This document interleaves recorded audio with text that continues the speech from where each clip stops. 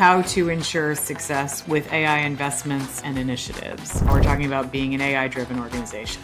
Having that spirit of innovation, but not trying to do a crazy number of things that are going to just be science experiments, gone bad. It is really what I think we're helping companies focus on.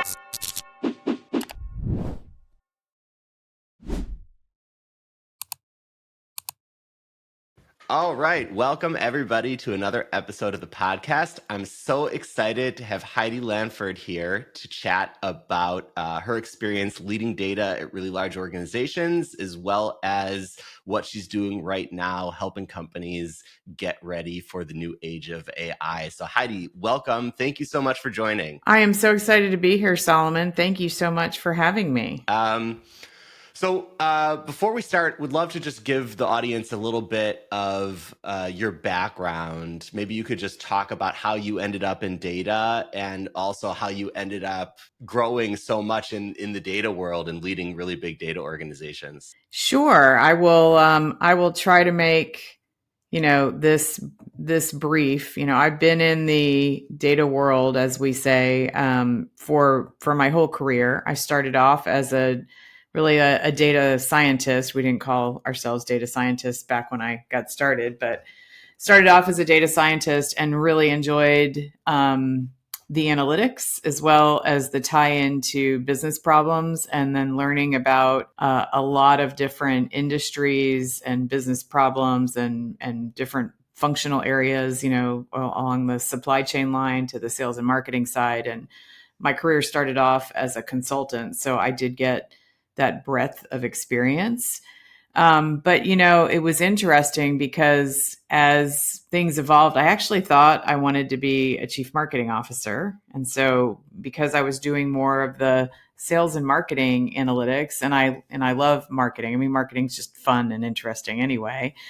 But probably, I don't know, 10 years ago, when this CDO job thing started to become more popular, or it was starting to take hold, I was thinking, this is probably really in alignment with what I'm very passionate about. And I'd say the number one driver for me is I just want people to listen to data and have it inform the decisions that they're making, and have it be a pretty significant piece of that decision-making process.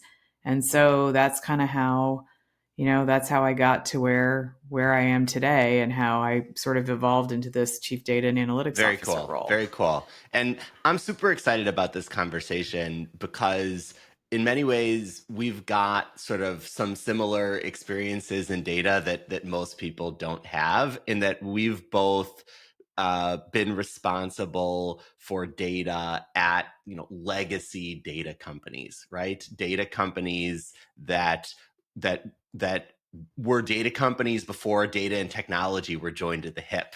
As you were the chief data officer at Fitch and I was at Nielsen, right? So I want to dig in to this. What is it like leading data at sort of a legacy data company where data is on the one hand so tied into the DNA of the company, but then at the other hand doesn't necessarily even see itself as a technology company or growing into a technology company? Talk a little bit about that. Yeah, I mean, it's hard, is what I would say. In legacy companies, I think any kind of job involving transformation in a legacy company, and a lot of people think of legacy companies as like they're 100 years old or whatever. I mean, they could be 100 years old, but they could also be 50 years old. And I think maybe if we define like what we think of as legacy, let's just contrast it with startup companies that have been around, like in the past 20 years, where, cloud computing and data warehouses and all of that have just been sort of like table stakes for how they get started. That would be what in the bucket of like digitally native that I see. So legacy let's just call everything else maybe legacy. And when you're dealing with a lot of old systems and a lot of technology drives business processes, even though maybe it shouldn't. but we work around what we do with things and with data because of the technology that we have in place.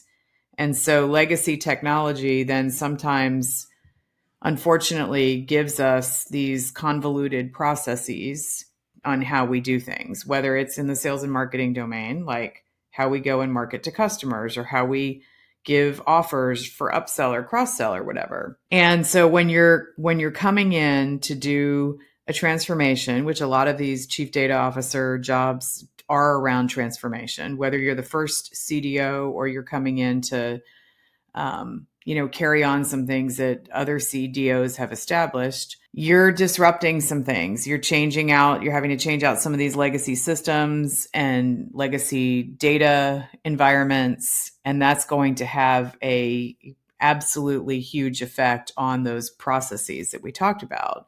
And I think data leaders, we can instantly see like lots of inefficiencies in those processes and how we can make it better. And so the challenge becomes, how do we make things better without, by somewhat disrupting the apple cart, but not throwing the whole thing over and having, all the apples roll down the hill and everybody's upset and fraught and it's too much change to absorb in that moment. And that's really, I think, one of the biggest challenges of working with legacy companies. The other thing is there's so much to do.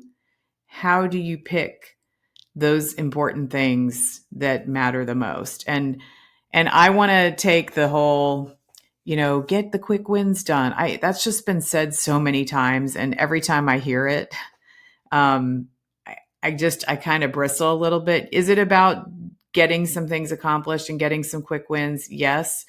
But how you pick those quick wins, it's not just to say, yep, look at my scorecard, check, check, check. I did a bunch of things. It's figuring out where the biggest pain is in the organization, but it's also figuring out which of those business process owners are going to be okay with you disrupting things and working with you to help make that glide through a little bit so that people see the positivity in what you're doing and they don't see it as you're making my job harder. That to me is the critical point in the success of figuring out what those early stage quick wins need to be. That totally makes sense. It's funny. One of my favorite transformation quotes is that everybody hates the way that things are, and the only thing that they hate more is change. And Great and quote. it's a brutal process from my experience. There's no real like trick to it. It's a challenge. You talked about finding some of those business partners that are going to want the change. One of the things that I've experienced and that I see in the industry is that there's so many people responsible for change and transformation, and like where does data fit in? How does data fit in, especially if you see data as a transformation role? So what are some lessons that you've learned on how to navigate that when you've got so many people that should have stakes in transformation or have different ideas for how transformation should happen? Yeah. Well, I think, one area that it's really good to be tethered to or have a really good partnership with is if there's a chief transformation officer or office, that's awesome. Like that's where you should go, and hopefully that organization was big in advocating for, the role that you're coming in to serve. If you don't have a chief transformation office or officer, sometimes the chief operating office, COO role is another good one to, buddy with or tether with. Finance is another one.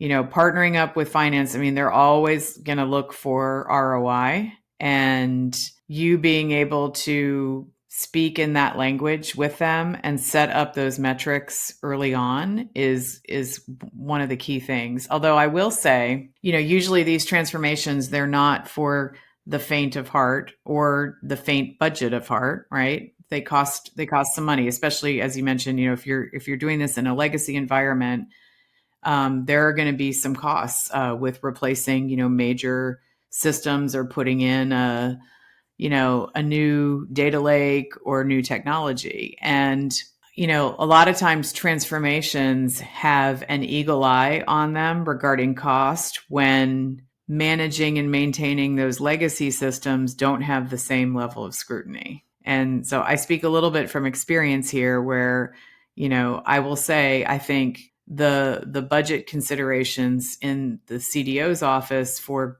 big major transformations definitely had a magnifying glass on them.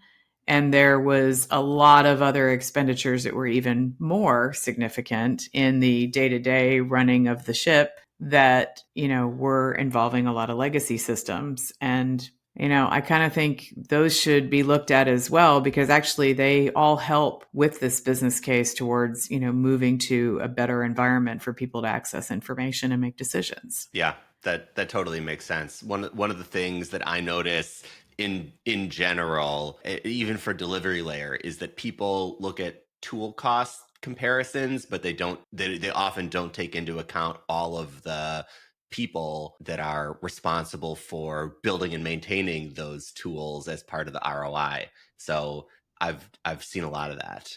Yeah, and that's so that it's interesting. I think the more you can look at the value that you're delivering in a couple of different buckets, the way a strategy consultant would come in and do that for you or for your organization, you're gonna be better served. So you mentioned the people impact, and I'd put that into like an operational efficiency bucket.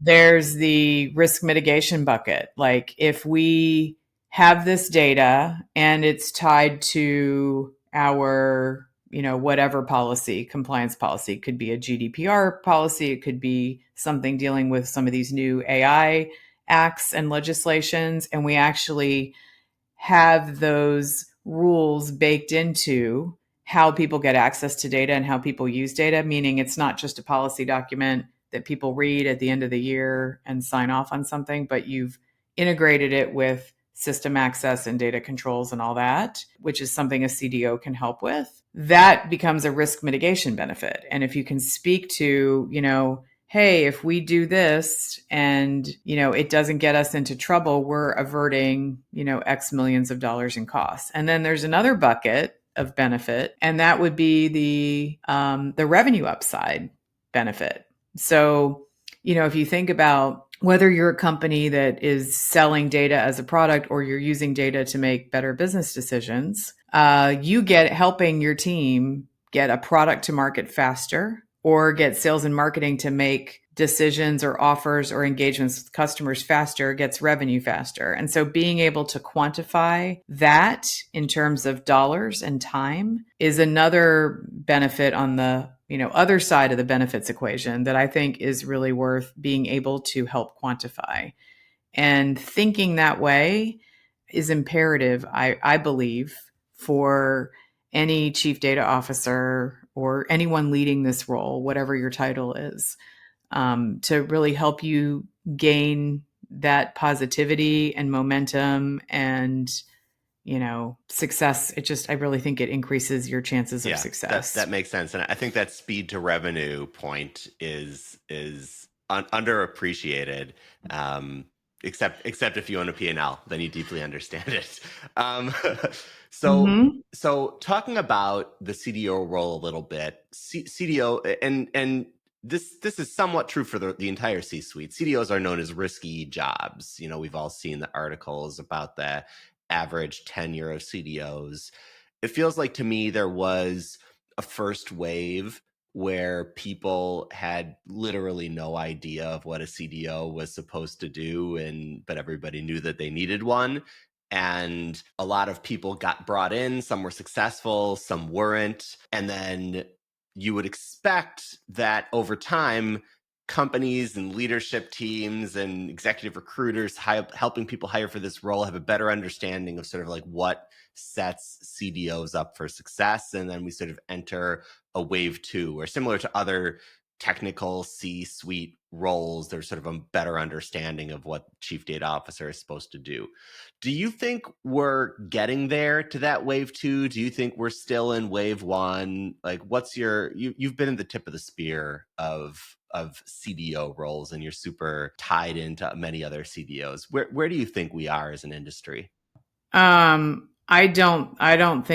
still think there's confusion about the role. And interestingly, I think that perhaps the AI, importance wave that's happening, in the past 2 years hasn't made it more clear. I think it's made it even more muddy because, we've also been talking about lots of new roles like the chief AI officer, and should that be a C-suite role, or where does that fit, and what parts of AI should a chief data officer be involved with or own versus another role. And so I think I've been on a lot of discussions with other data leaders about this, and I think it comes in so many different flavors. I think these roles take time, and I think about other C-suite roles that have evolved, in business history, and they've taken time to really gel and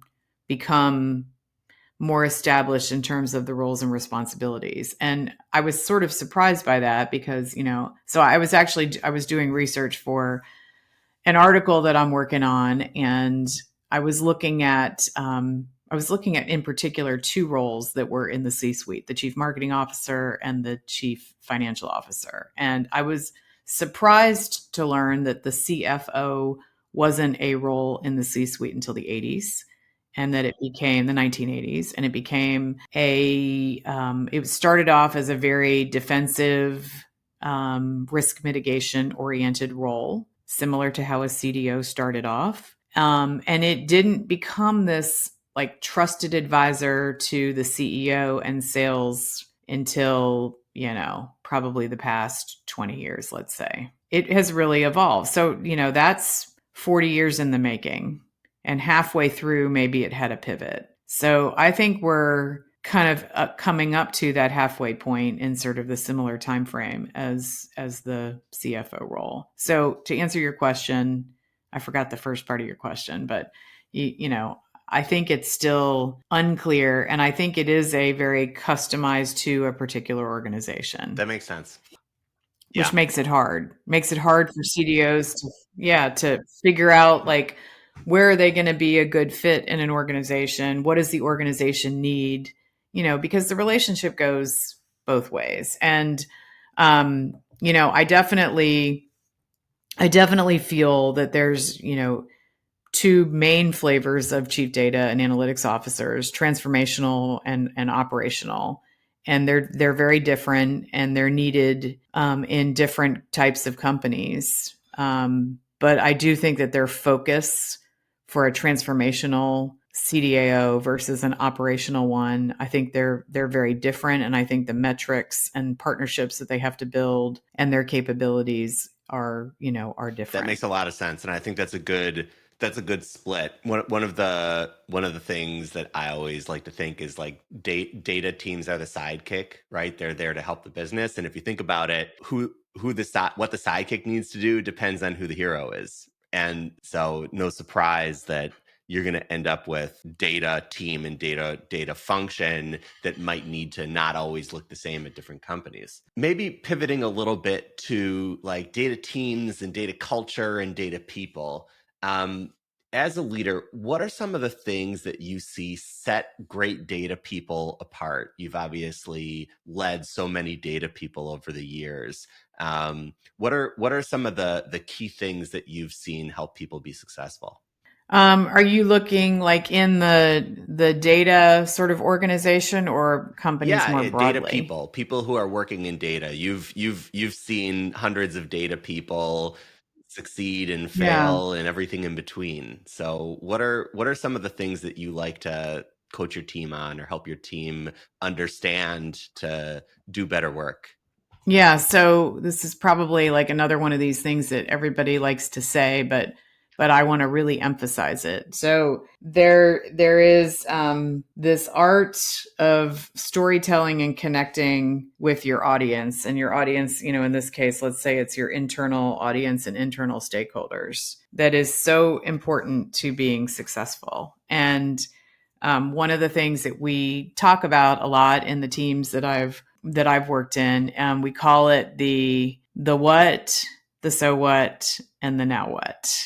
And the now what is the hardest part, but also the thing that will make you successful. So I was talking about this at a commencement speech that I gave earlier this year. And I used this example from the NFL. And so I sit on a board for the University of Virginia School of Data Science. And one of my fellow board members works for the NFL, and she's in the Office of Player Development and Innovation. And they are doing some incredibly cool things around improving equipment that is customized for a particular position or an individual player in the field based on the kinds of impacts that they have when they're in their position. So a quarterback is going to have different hits and impacts than a wide receiver, an offensive lineman, a punter, all those kinds of things. And so they spent years putting these little RFID sensors on players' bodies and took all of this data and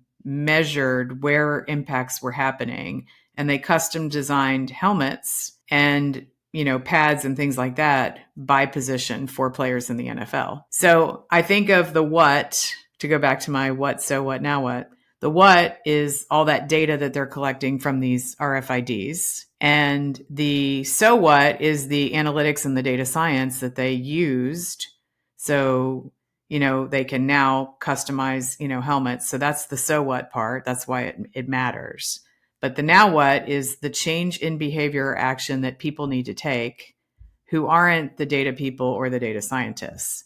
And in order to do that, that requires a lot of convincing. So in this NFL story, which is a true story, they spent an incredible amount of time campaigning and marketing this equipment to players. And lo and behold, Tom Brady was not going to wear this new helmet because, athletes are notoriously superstitious and they're comfortable with the equipment they have. And so now you as the data scientist and the player health advocate, you're like, we have all this overwhelming data that says we're going to reduce brain injuries if you wear this customized helmet, because the data is, you can't refute it. It's just we have so much of it, and it's going to be better for you. And figuring out how to tell that story, even though, technically, you're right, you have all this data and it's really great evidence, took a lot to that narrative, that emotion that you had to bring to getting someone to change a behavior. So I like to tell that story because I think it represents so much of what all of us as data leaders have to go through. I mean, we may be not dealing with, a superstar like Tom Brady, but we have to convince sales leaders to change their go-to-market strategy, maybe, or target a different set of customers, or we have to work with marketing on, this campaign that you've been doing over and over again for the past, 5 years it's not converting. So try something different. Here's how the data is helping you. Or in finance, our pricing model, we could get a little bit more out of this particular customer subset if we modified our pricing. And there's so many different examples of this. And at the end of the day, if you're a data person, I guess I want people to care about that impact and actually feel sad or like they haven't succeeded if stuff doesn't get adopted. Because I don't know about you, but at the end of the day, whatever we're doing, whether it's in the data governance realm or building, a machine learning model, I want to see people using it and getting value out of it. And so I really encourage my teams to try to understand that and feel that as much as possible, and then figure out that way to make the connection and tell that emotional story. That is the key to success. And that's what we call the now I love it. what. That's great. That's great. Um, What are some of the what are some of the things on the opposite side that you see people getting wrong over and over and over as as they before they've figured it out over their career? You mean on again Yeah, within the correct. data team? Um, so I think it's always easy to divide things into extremes. So maybe we can use the extremes. I think in the world of data, there are people that advocate for policies and governance and rules and regulations. So like the governance folks, like the data governance teams, the data ethics teams, and I think where they get it wrong or can't be as successful, they focus a lot on how to restrict things and not how to make things as easy as possible for people to consume. And then that creates opportunities for shadow IT and shadow data to pop up. And you can get too worked up into creating policy after policy after policy, and it remains in a policy folder on a SharePoint drive, and it doesn't become real. On the opposite end of the spectrum, we could completely, nerd out on a really awesome model that's so complex that maybe was more complicated than it needed to be for the business purpose it's serving, but it's really complex.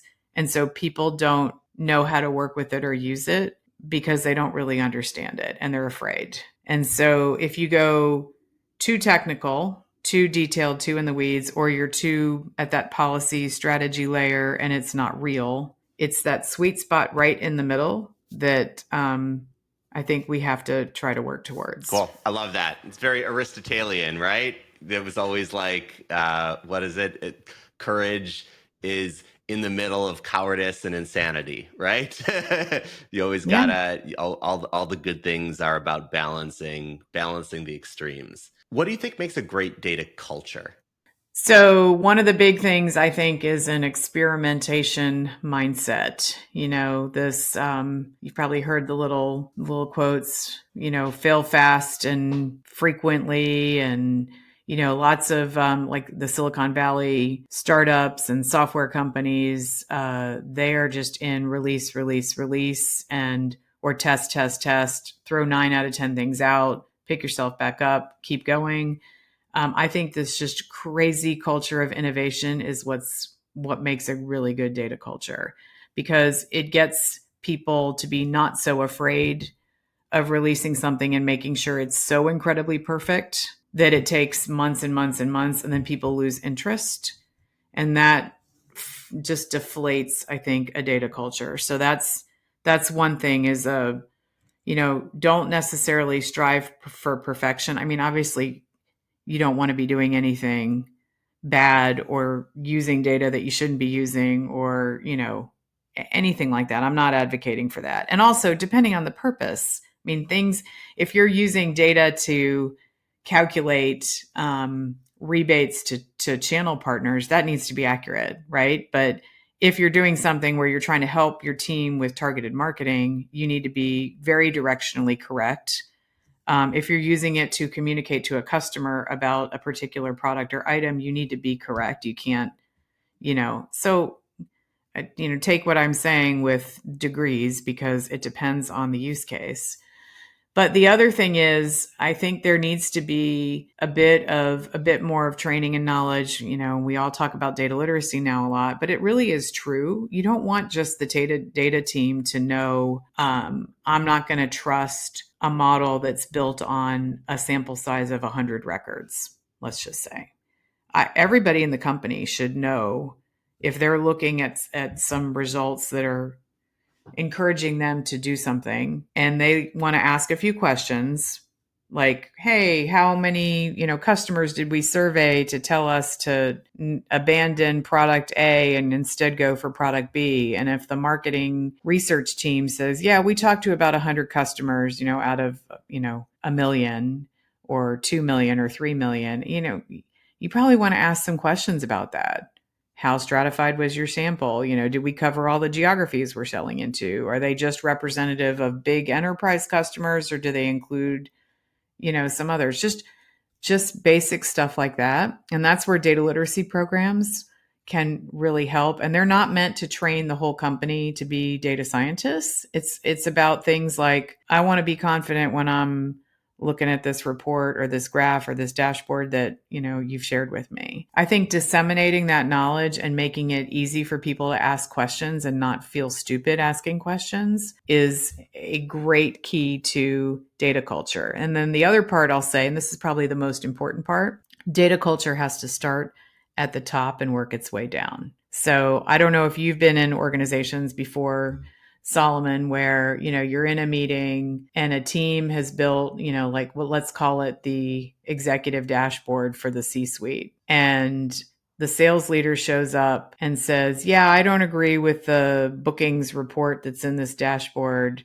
And the data leader says, well, it's an extract from our CRM system. And the sales leader will say, yeah, but not all of my sales team has those updates in. So I get this report that's specially done for me by my sales ops leader. And so it's in my Excel spreadsheet and I'll share it with you all. And that can't happen. That cannot happen. And so, the leadership of the company needs to say, we're all going to join hands and agree these are the sources of data that we're going to look at the leading and lagging indicators of our business with. And we're all going to work hard to make sure that those are the best data sources, and we're going to get to a level where we trust them. And if we don't trust them, what are we collectively going to do about it to make them better so that we can run our business off of them? And I mean, I just used that one executive example, but you could see that in all sorts of other areas of the company where you've got, you don't have that executive level commitment to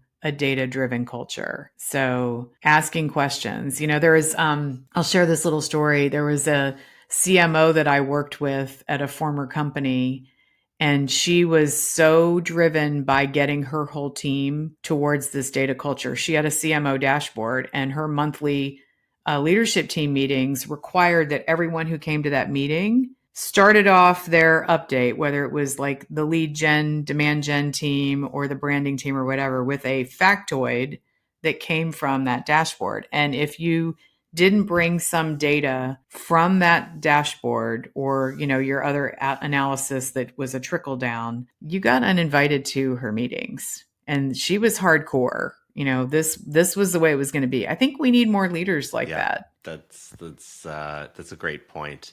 And I think on both of those, or all three of those topics, actually, the move fast, it's a good segue because the moving fast, the literacy, and the executive engagement, all talking about what's happening now in companies around AI. I feel like you've got a little bit of all of that. There's this desire to move fast and quickly and maybe break things. There's a desire to get people across the organization understanding what they can do with AI. And there's a lot of senior people coming in and saying that AI should be something that we care about. You're working very closely with a lot of companies that are navigating this. So how are you seeing those elements play out as companies are trying to start pushing AI? What do you see that's working and not working? So I'm working with a couple of startups right now that are focused on, how to ensure success with AI investments and initiatives. And a lot of it gets back to that culture aspect that we just talked about. There's again, it goes back. It's the same things as it was, when we were embarking on being a data driven organization. Now we're talking about being an AI driven organization.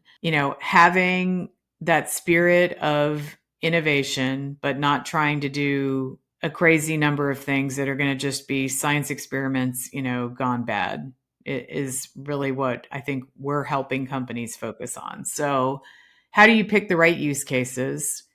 And, there's a way to really think about that. It's maybe you inventory all of the great ideas that people in a company have.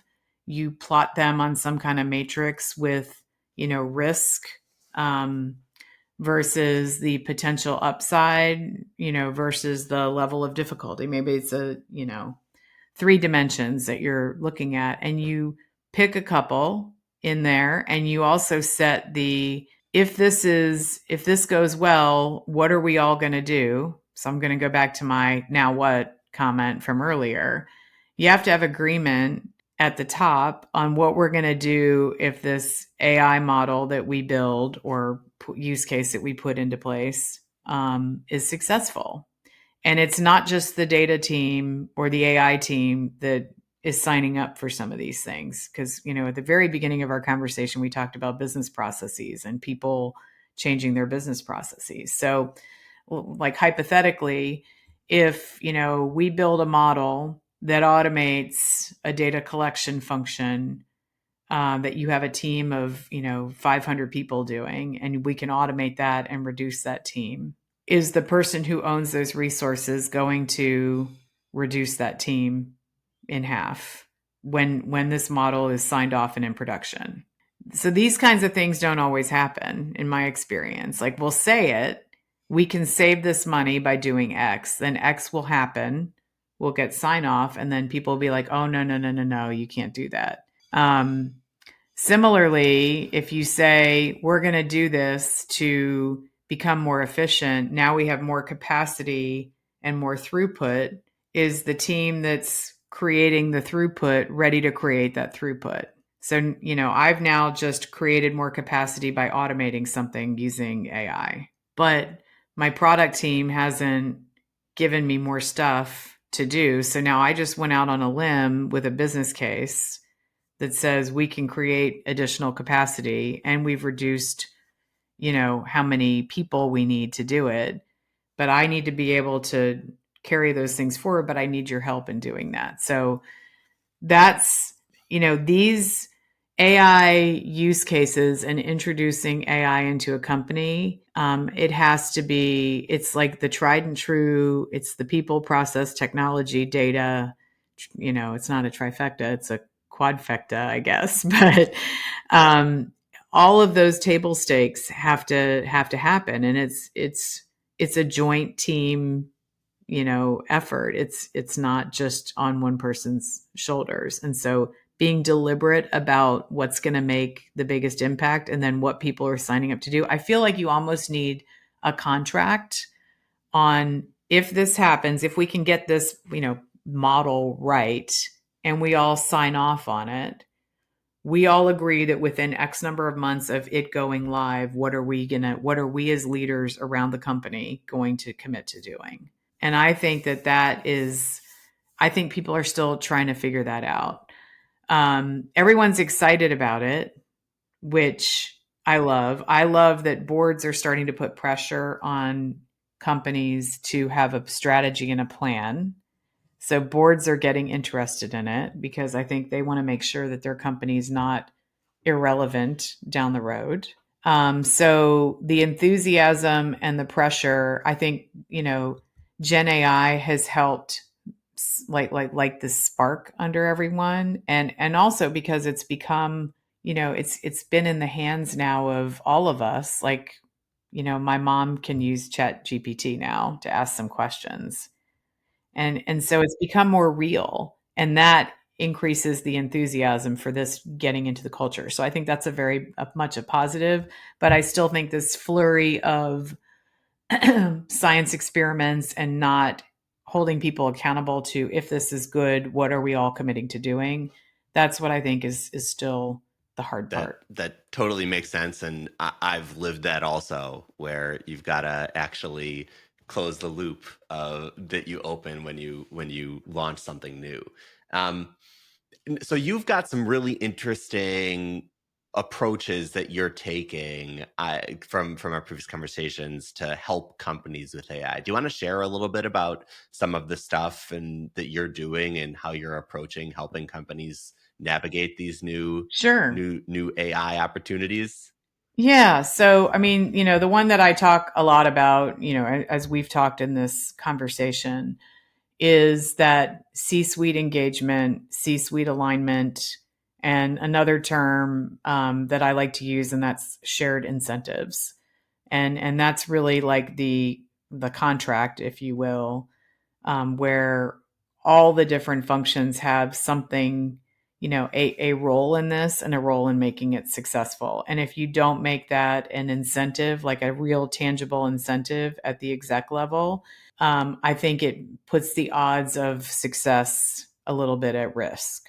So one of the things that I'm doing with a couple of other former chief data and analytics officers is we're calling it like a crack the culture code executive immersion experience. So we're targeting the C-suite and that very top part of the company to help with the buy-in and them understanding their role in deploying and implementing AI. And so that takes the form of, some pre-workshop surveys. Then we figure out a really meaty use case that's relevant for them. So think if you've heard of like tabletop exercises that CISOs do, where, they're trying to get a company to understand, like, if we have a ransomware attack, we are left with our pants down. Like, we don't know what we're doing. And those exercises that CISOs have been very successful running